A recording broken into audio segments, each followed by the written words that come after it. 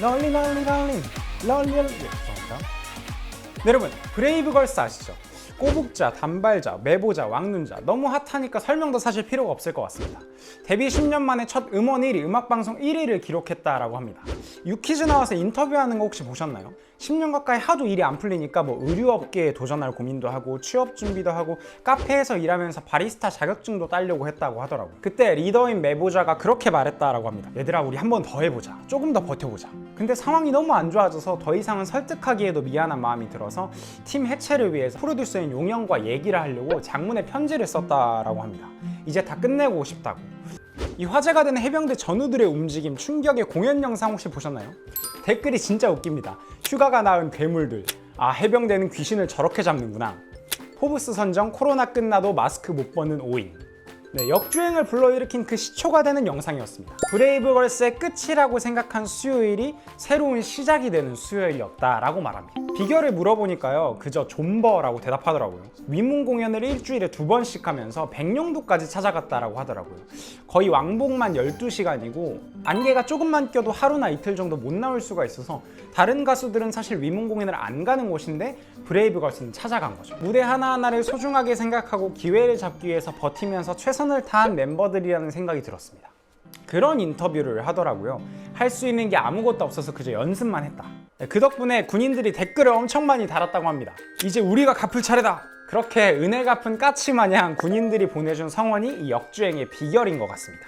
위문 공연을 돌아다닌 그 노력들이 빛을 발하는 순간이었죠. 최근에 브레이브걸스를 통해서 희망을 얻는 사람들이 굉장히 많다고 합니다. 아무래도 불안함 속에서 자신의 목표를 향해 달려가는 사람들이 그만큼 많다는 뜻이 아닐까라는 생각이 들었는데요. 유재석 님이 그렇게 얘기를 하시더라고요. 내부는 그냥 버틴 게 아니죠. 정말 최선을 다해서 자기 할 일을 하면서 버틴 거죠.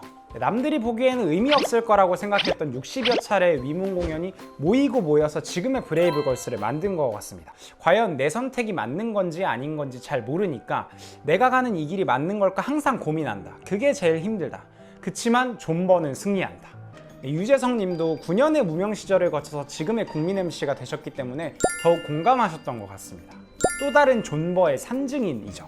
꼬북자한테요, 가장 기억에 남는 댓글이 뭔가요? 라고 물으니까 얘들아 포기하지마, 좋은 노래 들려줘서 고마워, 항상 응원해 라고 대답을 했습니다. 그 말이 길끝에 서 있던 자신들을 잡아준 한마디라고 합니다. 목표를 향해서 그저 버틴다라는 게 사실 쉽지만은 않은 것 같아요. 저도 그게 항상 어려운 것 같습니다. 내가 가는 이 길이 맞는가라는 불안감을 늘 안고 살 수밖에 없으니까요. 근데 저는 사실 참부모님은 안 그러시지 않을까 이런 생각을 했었어요. 언제나 강하고 담대하게 늘 확신만 가지고 불안함 따위 없이 나아가시지 않을까라는 생각을 했었습니다. 근데 이런 말씀을 하셨더라고요. 벌써 60년이 지났네요. 세월은 살과 같다더니 그 말이 틀리지 않아요.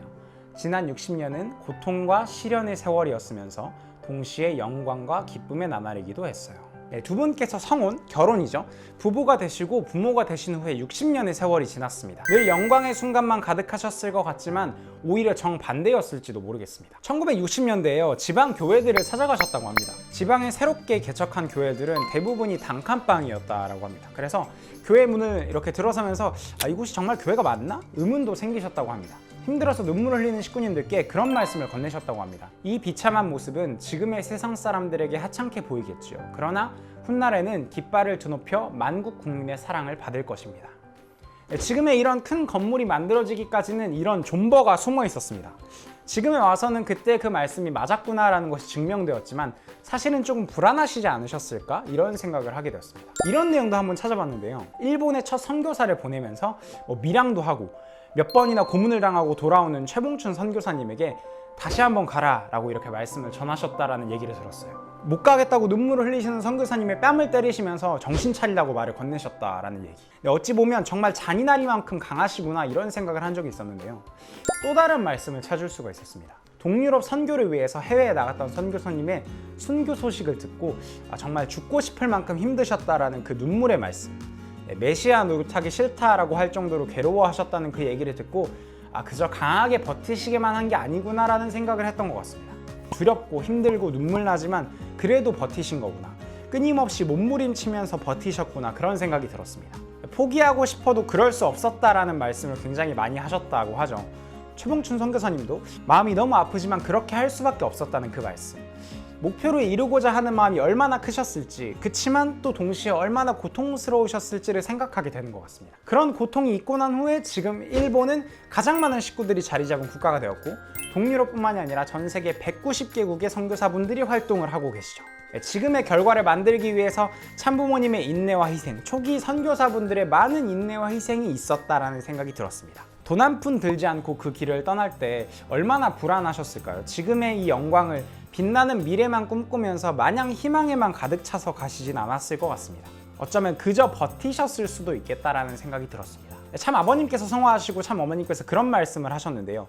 내가 걸어온 길은 모래바람이 부는 사막에서 바늘 하나를 찾는 심정이었다. 결코 쉬운 길이 아니셨다라는 뜻인 것 같습니다. 매일 아침에 잠자리에서 눈을 뜨면 땀으로 온몸이 젖어 계시다고 합니다. 전 세계의 평화를 위해서 노력하는 과정에서 너무나 큰 고민과 걱정들이 머릿속에 가득 차니까 밤새 잠도 못 주무시고 쪽잠을 자더라도 땀범벅이 되시는 거죠. 주변에서 어머니 건강 챙기십시오 이렇게 말씀을 건네셔도 그렇게 말씀하셨다고 합니다. 뒤도 돌아볼 수 없고 좌우도 보이지 않는 길이라면 그저 직진할 수밖에 없지 않겠느냐. 캄보디아의 훈센 수상과의 만남, 수백만 명을 거느리는 종교 지도자와의 만남, 아프리카의 대통령이 직접 참부모님을 모시는 축복식을 진행하기까지, 지금까지 위대하신 참부모님이라고만 생각하니까 또 이뤄내신 업적들만 생각하니까 잘 몰랐는데요. 결과는 위대하고 찬란하지만 동시에 그 과정 속에서 사실은 얼마나 불안하고 힘드셨을지, 그치만 버티기 위해서 얼마나 끊임없이 몸부림치셨을지를 한번 생각해보게 된 것 같습니다. 브레이브걸스가 보여준 존버 정신, 참부모님께서 삶으로 직접 보여주신 존버 정신, 저의 삶도 다시 한번 생각해보게 되더라고요. 저도 지금의 상황이 또 미래가 마냥 밝지만은 않은데요. 내가 지금 가고 있는 이 길이 맞는 걸까? 당장 5년 뒤, 10년 뒤에 나는 어떻게 살고 있을까? 또 어떻게 살아야 될까? 남들보다 늦은 거 아닐까?